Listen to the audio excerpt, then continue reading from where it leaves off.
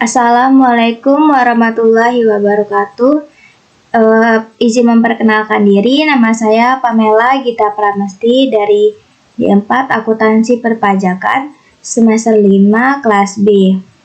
Saya di sini akan mempresentasikan mata pelajaran tentang ASP Akuntansi Sektor Publik, yaitu biaya modal dan aset tetap.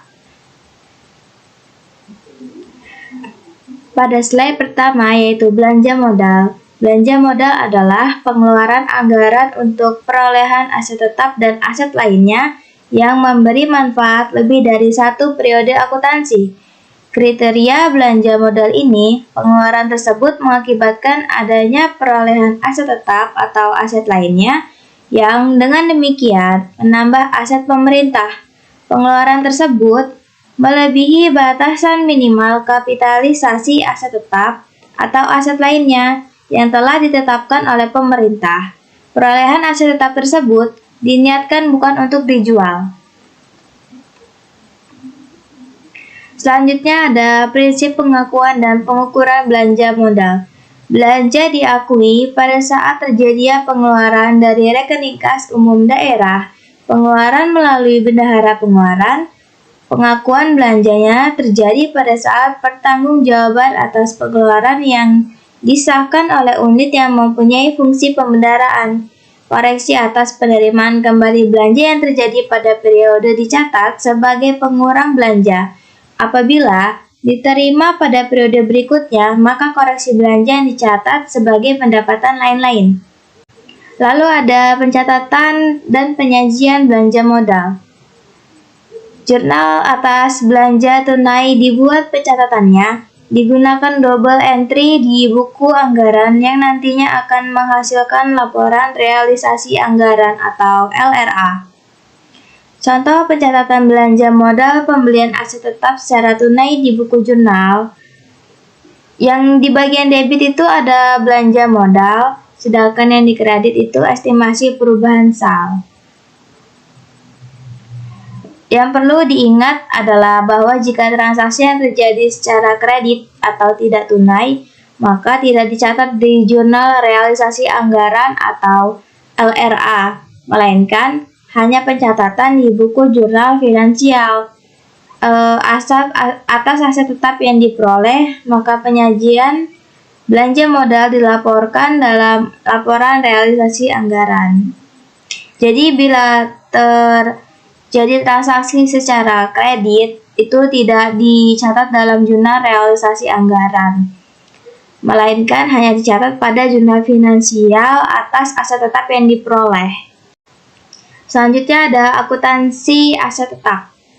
Menurut PSAP nomor 7 PP 71 tahun 2010, peserta buletin teknis nomor 15, aset tetap didefinisikan sebagai aset berwujud yang mempunyai masa manfaat lebih dari 12 bulan atau digunakan dalam kegiatan pemerintah atau dimanfaatkan oleh masyarakat umum. Suatu aset dapat diakui sebagai aset tetap jika memenuhi kriteria. Yang pertama adalah berwujud, yang kedua mempunyai masa manfaat lebih dari 12 bulan, yang ketiga biaya perolehan dapat diukur secara handal. Yang keempat, tidak dimaksudkan untuk dijual dalam operasi normal entitas. Serta yang terakhir, diperoleh atau dibangun dengan maksud untuk digunakan. Selanjutnya, klasifikasi aset tetap. Yang pertama ada tanah. Tanah yang dikelompokkan sebagai aset tetap ialah tanah yang diperoleh dengan maksud untuk dipakai dalam kegiatan operasional pemerintah dan dalam kondisi siap pakai. Selanjutnya ada peralatan dan mesin. Peralatan dan mesin mencakup mesin-mesin dan kendaraan bermotor, alat elektronik, inventaris kantor, dan peralatan lainnya yang nilainya signifikan dan masa manfaatnya lebih dari 12 bulan atau dalam kondisi siap pakai. Selanjutnya ada gedung dan bangunan. Gedung dan bangunan mencakup seluruh gedung dan bangunan diperoleh dengan maksud untuk dipakai dalam kegiatan operasional pemerintah dan dalam kondisi siap pakai. Jadi gedung dan bangunan ini dan peralatan dan mesin ini hampir sama ya pengertiannya. Lalu ada jalan irigasi dan jaringan, mencakup jalan irigasi dan jaringan yang dibangun oleh pemerintah serta memiliki atau dikuasai oleh pemerintah dan dalam kondisi siap pakai. Selanjutnya ada aset tetap. Aset tetap lainnya. Aset tetap lainnya itu mencakup aset tetap yang tidak dapat dikelompokkan ke dalam aset tetap di atas, yang diperoleh dan dimanfaatkan untuk kegiatan operasional pemerintah dan dalam kondisi siap pakai. Maksudnya itu aset tetapnya itu bukan termasuk dalam cakupan gedung dan bangunan, peralatan dan mesin, jalan irigasi dan jaringan, tapi aset tetap di luar dari yang saya sebutkan barusan. Lalu ada konstruksi dalam pengerjaan. Konstruksi dalam pengerjaan itu mencakup aset tetap yang sedang dalam proses pembangunan, namun pada tanggal laporan keuangannya belum selesai seluruhnya. Selanjutnya ada prinsip pengakuan dan pengukuran aset tetap.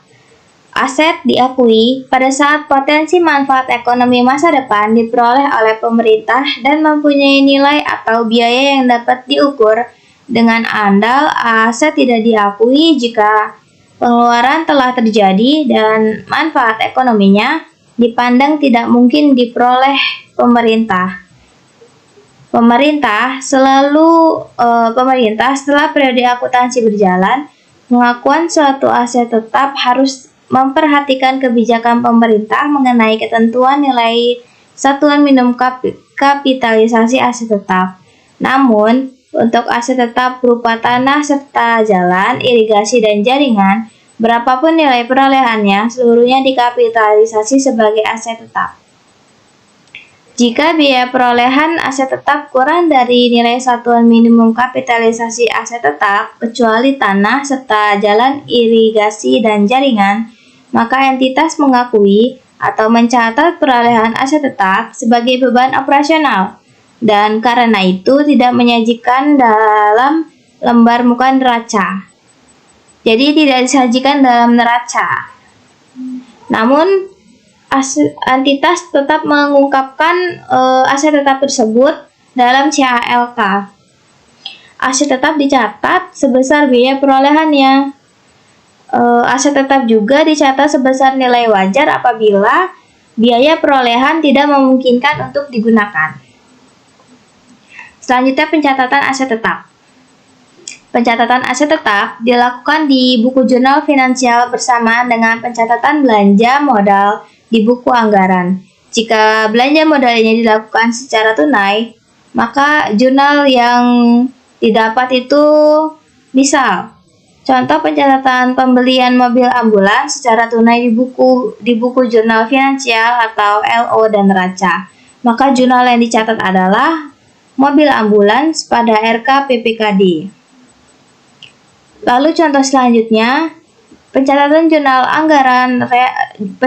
jurnal realisasi anggaran atau LRA atas belanja modal pembelian mobil ambulans secara tunai di buku jurnal. Maka jurnalnya itu belanja modal pada estimasi perubahan sal. Selanjutnya, jika aset tetap tersebut telah digunakan, maka di setiap akhir tahun harus dibuat jurnal penyusutan aset tetap di buku jurnal finansial. Contoh dari kasus ini itu ada pencatatan penyusutan di buku jurnal finansial LO dan neraca setiap akhir tahun, maka jurnalnya itu beban penyusutan pada akumulasi penyusutan. Pada slide selanjutnya ada penghentian dan pelepasan aset tetap. Menurut PSAP nomor 7, suatu aset tetap dieliminasi dari neraca ketika dilepaskan atau bila aset secara permanen dihentikan penggunaannya dan tidak ada manfaat ekonomi masa yang akan datang. Aset tetap secara permanen dihentikan atau dilepas harus dieliminasi. Harus dieliminasi aset tetap ini dari neraca dan diungkapkan dalam CALK. Sedangkan aset tetap yang dihentikan penggunaan aktif pemerintah dipindahkan ke pos lainnya sesuai dengan nilai tercatatnya, karena sudah tidak memenuhi definisi aset tetap. Penghentian suatu aset tetap secara permanen umumnya dilakukan karena rusak berat, terkena bencana alam, tidak dapat digunakan secara optimal, terkena planologi kota, dan lainnya. Kebutuhan organisasi karena perkembangan tugas penyatuan lokasi dalam rangka efisiensi dan memudahkan koordinasi pertimbangan dalam rangka pelaksanaan rencana strategis SAMKAM, pertimbangan teknis, pertimbangan ekonomis, pencatatan transaksi penghentian dan pelepasan aset tetap dilakukan ketika telah terbit surat keputusan kepala daerah tentang penghapusan barang milik daerah. Fungsi akuntansi dan mencatat aset tetap sesuai jenisnya yang dihentikan atau dilepaskan di kredit sesuai nilai historis, akumulasi penyusutan di debit, defisitnya penjualan, pelepasan aset melancar dan di debit. Selanjutnya ada penyajian aset tetap. Seperti yang telah saya tunjukkan dalam slide yang ditampilkan ini, ada tanah, ditambah peralatan dan mesin, terus ditambah gedung dan bangunan yang telah dihitung, lalu ada jalan irigasi dan jaringan, aset tetap lainnya, lalu dikurangi dengan akumulasi penyusutannya, serta ada juga ditambah konstruksi dalam pengerjaan, maka menghasilkan total aset tetap. Jadi intinya tanah ditambah peralatan, ditambah jalan irigasi dan jaringan, ditambah aset tetap lainnya, ditambah gedung dan bangunan, lalu dikurangi akumulasi penyusunan dari masing-masing aset yang ada. Jika diketahui akumulasi penyusutannya, maka akan menghasilkan total aset tetap. Sekian dari saya. Wassalamualaikum warahmatullahi wabarakatuh.